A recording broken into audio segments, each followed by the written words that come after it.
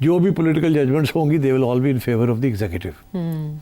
ठीक होगी, तो वो अब नहीं होगी। ठीक पहले थी ना, जब एग्जीक्यूटिव के खिलाफ जाते थे या एस्टैब्लिशमेंट के खिलाफ जाते थे तो इंस्टेबिलिटी हो जाती थी। अब वो नहीं होगी, अब वो जो है वही है, अल्लाह ना खैर। ठीक, तो एक तो ये हो गया, प्राइम मिनिस्टर या प्रेसिडेंट जो हैं वो अब फील्ड मार्शल साहब ये सब लोग जो हैं इनको नहीं निकाल सकते, और टाइटल भी वापस नहीं लिया जा सकता सिवाय पार्लियामेंट लिया जा सकता, वो रिटायरमेंट के बाद भी रहेंगे फील्ड मार्शल ताहयात। तो ये अब ये आर्टिकल 47 से क्या मुराद है कि उनके खिलाफ कार्रवाई नहीं की जा सकेगी? अच्छा, वो बड़ा इंटरेस्टिंग है, वो कार्रवाई इनके खिलाफ नहीं हो सकती मगर हो भी सकती है।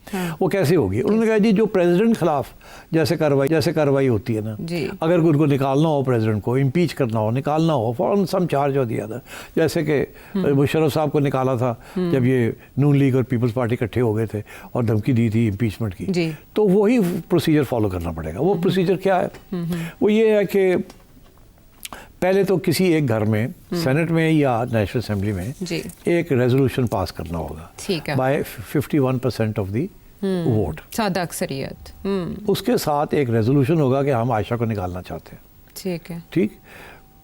उसके बाद ये होगा कि वो स्पीकर साहब के पास जाएगा। स्पीकर साहब कहेंगे अच्छा ठीक है, ये तो आ गया पहला कदम।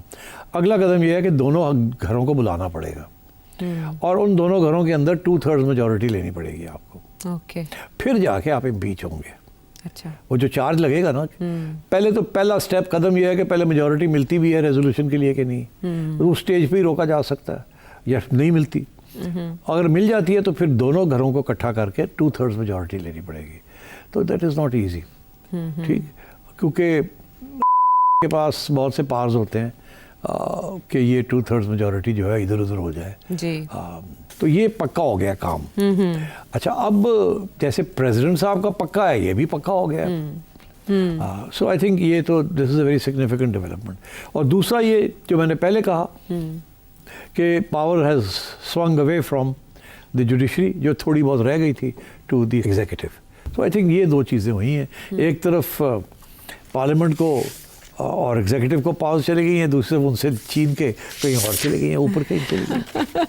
अच्छा, इसमें अभी बहस होनी है और अली ज़फ़र साहब, पाकिस्तान तहरीक इंसाफ के रहनुमा, वो तो कह रहे थे कि इंडिविजुअली सबको बात करने दें सेनेट के अंदर ताकि डिबेट वसी हो सके। आपको ऐसा होता दिखाई दे रहा है कि ओपन डिबेट हो और सबको पता चले?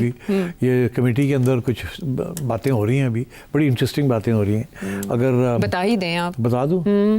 कमेटी के अंदर पीपल पार्टी वाले कह रहे हैं कि जी अगर तो फील्ड मार्शल को इम्यूनिटी मिल रही है, ससना मिल रही है, तो फिर प्रेसिडेंट साहब को भी मिलनी चाहिए आफ्टर रिटायरमेंट।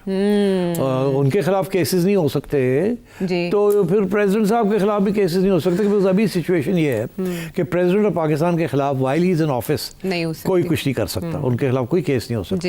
तो अगर कोई केस वेस बनाना है, आपने बना के रखें, जब वो रिटायर होंगे तो चला दीजिएगा। यही हुआ ना जरदारी साहब के साथ हुआ। हाँ। तो अब ये जरदारी साहब की पार्टी कह रही है कि यार फिर हमारे लाइफ हमें भी वो भी हमें भी दे दें, इसी चक्कर में हम भी निकल जाएं कि जो कुछ करना है ऐसे कर लिए। अच्छा। तो फिर देखी जाएगी, भाई कोई नहीं हाथ लाएगा। हाँ। तो जब उन्होंने ये बात कही है तो उधर से प्राइम मिनिस्टर वाले लोग भी शुरू हो गए। हाँ। और कहे जी फिर साढ़े प्राइम मिनिस्टर ने भी माफ़ कर दियो, जो भी मर्जी कर लो तो अगे उन्होंने भी कोई ना हाथ लाए। तो ये बड़ी एक इंटरेस्टिंग चीज़ है। अब देखना ये है कि इसके ऊपर क्या होता है, क्या ये एक दूसरे के साथ जैसे कहते हैं ना, scratch my back, you scratch my back, I scratch your back, तो एक दूसरे को ठापा लगा रहे हैं। तो आपको पता हमारी तारीख में ना प्रेसिडेंट ने छोड़ देने ना प्राइम मिनिस्टर ने छोड़ देने, जब एस्टैब्लिशमेंट आ जाती है तो एक के पीछे पड़ जाती है, जाहिर है। फिर उसमें चेंजेस भी आ जाते हैं। हाँ, और बात दूसरी पार्टी आ जाती है तो वो भी पड़ जाती है, चेंजेस कर लेते हैं। तो ये तो हुआ ना कि खान साहब ने भी तो यही किया था ना कि जरदारी साहब को भी, नवाज शरीफ साहब सबके खिलाफ शुरू हो गए थे वो। तो अब बड़ी इंटरेस्टिंग, मैं आपको एक बात बताऊँ, क्या ये मेरा ख्याल है अभी किसी ने सोचा होगा तो मैं कह ही देता हूँ। कल को अगर कोई डील होती है इमरान खान के साथ, अच्छा, तो फिक्र की बात ही कोई नहीं। इमरान खान ना फील्ड मार्शल को हाथ लगा सकेगा, ना ये सब लोग जो प्राइम मिनिस्टर हैं और प्रेसिडेंट हैं इनके खिलाफ कोई कार्रवाई कर सकेगा। ओह माय गॉड, ये तो आपने खैर का पहलू निकाल लिया। मैंने आपको एक रास्ता दिखाया है। पहले तो ये डर था ना, खान ने आके चुक देना सारा, फट्टे चुक देने ने, सब नहीं छोड़ना, उन्हें भी फड़ के ले जाना, उन्हें भी करना है, भी करना, वो भी करना। तो अब तो इसके बाद तो अगर ये सारी चीजें हो जाती हैं, ठीक, उनको तो अब कोई नहीं हाथ लगा सकेगा, फील्ड मार्शल साहब को। और खान साहब आ भी जाते हैं इन न्यू इलेक्शन, ठीक है ना, तो ही कांट डू एनीथिंग। 2/3 लेके आ जाते हैं फिर भी 2/3 तो फिर यार ये सारा कुछ करना पड़ेगा ना, तो आपका ख्याल है 2/3 लेने देंगे? चढ़ो ना यार, क्या बातें करती हो तुम, रास्ता मैं निकाल रहा हूँ और तुम फिर उस पर पानी फेंक रही है। 2/3 ये वो, इस तरह ख्याल है चुप करके बैठे रहेंगे 2/3 और 1/3 ले जाए तो बड़ी बड़ी गनीमत है। तो 2/3 देखने में क्या हर्ज है? नहीं नहीं, आप एम ही लगे हुए पीटीआई को होप्स देने में। आपने सबसे पहले मैंने तो ये कहा कि मौका अब डील हो सकती है, क्योंकि वो था ना पहले कि वो कैसे जेल में डाल देंगे, रिस्क कैसे लें, वो ये कर देगा, वो कर देगा, नहीं छोड़ेगा किसी को। तो अब तो ये कि वो सारे अपने आप को इम्यूनिटी दे रहे हैं, इस्तिस्ना दे रहे हैं। अगर ऐसे ही है तो फिर खान साहब आके बैठे और शेयर करें power with the opposition and with the establishment, और फिर ठीक है, अल्लाह खैर सला, नो प्रॉब्लम। तो ये एक जैसे कहते हैं ना, एक इंटरेस्टिंग डेवलपमेंट है। आप लोग उधर देख रहे हैं, मैं देख रहा हूँ कि ये रास्ता शायद आगे पीटीआई के लिए, खान साहब के लिए खुल जाए, अगर वो थोड़े से सुधर जाएं तो समझ जाना। हाँ, जब उन्हें जहाँ नजर आएगा कि इनको तो सारे अब तो अगर ये हो जाता है तो खान साहब क्या कर सकेंगे? कुछ भी नहीं, Khan sahab will have to agree to all this. फिर तो वो आइन का सहारा ले सकते हैं ना, कि तो आइन का सहारा लेके चुप कर जाएंगे। हाँ, उन्हें कोई डील नहीं करनी पड़ेगी ना, तो ऑलरेडी सेटल हो गया मामला। एग्जैक्टली। पहले तो ये डर था ना, अब वो डर खत्म हो जाएगा। आइनी तहफ्फुज़ हासिल हो गया, कवर हासिल हो गया। यस। तो ऐसे में पाकिस्तान तहरीक इंसाफ तो कोई गड़बड़ भी नहीं करेगी, अगर ये जो तय की बात, आप पते की बात बता रहे हैं। एक्सेप्ट करना चाहिए, हमें शोर ना डालें। ओके, ये रास्ता है आगे के लिए। अच्छा, आप छोड़े इस बात को। अब ये तो हो गया जी, ये मीठा, आपने मुंह मीठा गिरा दिया ना, देखा।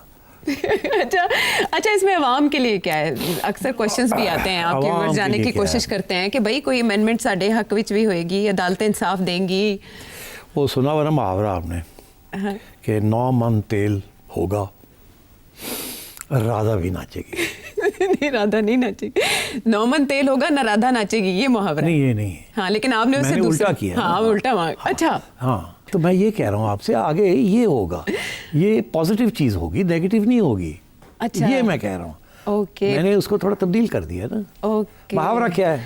9 मन तेल होगा ना, राधा नाचेगी। मैं कह रहा हूँ 9 मन तेल भी होएगा तो राधा भी नाचेगी। नाच रही है। हाँ, और नाच रही है और नाचेगी। लेकिन अवाम को 9 मन तेल में से भी कुछ नहीं मिल रहा। अवाम को कुछ नहीं मिल रहा इस सारी तब्दीली से। बाकी तो वही तबका है, वही लोग हैं, वही क्लास स्ट्रगल है, वही सारा कुछ है। तो ये सारी शोर शराबे में लोग अपनी जो रूलिंग क्लास है वो अपने आप को प्रोटेक्ट कर रही है गोइंग फॉरवर्ड। और मैंने आपको बता दिया कि वो जो खान साहब का डर था वो भी ख़त्म हो जाएगा। ठीक है, ये वैसे बड़ी इंटरेस्टिंग बात की। इससे पहले जब ये ओहदा मुतारिफ कराया गया फील्ड मार्शल का, तो सेठी साहब ने तब भी दूर तक देख लिया था कि इसकी वजह क्या हो सकती है। वो भी एक शो अगर आप देखें सेठी साहब का तो आपको अंदाज़ा होएगा। तो आज जो ये सारी बहस चल रही है, तो असल में दरपर्दा क्या है, इंटेंशन क्या है और तय में क्या है, ये बहुत इंटरेस्ट पर बात की गई। लेकिन आइन में ये अमेंडमेंट्स जो आज की जा रही हैं ये नई नहीं हैं।